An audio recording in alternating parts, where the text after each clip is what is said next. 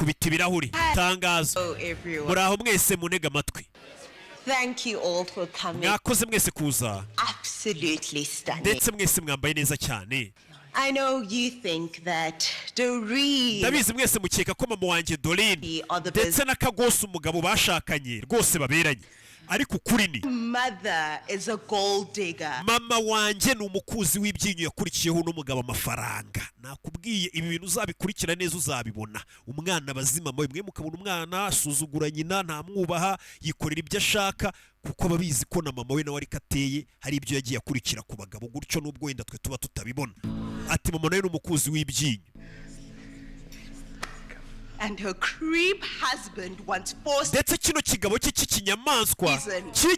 kigeze kugerageza kumfata ku ngufu me and my mother. akaba ariyo mpamvu njye na mama wanjye tutakiwubanye cyangwa se njye na mama wanjye twashwanye niko bigenda abagore bamaze gukura bafite abana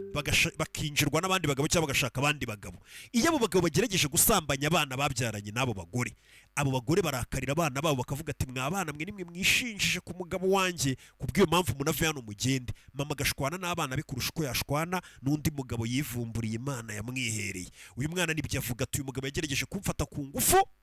ariko ibyo ari byo byatumye mbibwiye mama ahubwo anyirukana turashwana ngo ninjye nshinze barumiwe mbega ikigabo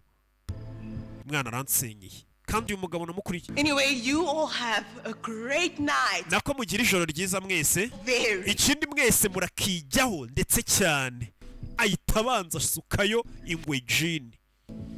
nakubwiye umwana nubona ari karashika hari ahantu aba bikomora mama yararakaye ntabwo umucyana kibona ko nashakanye n'ingagari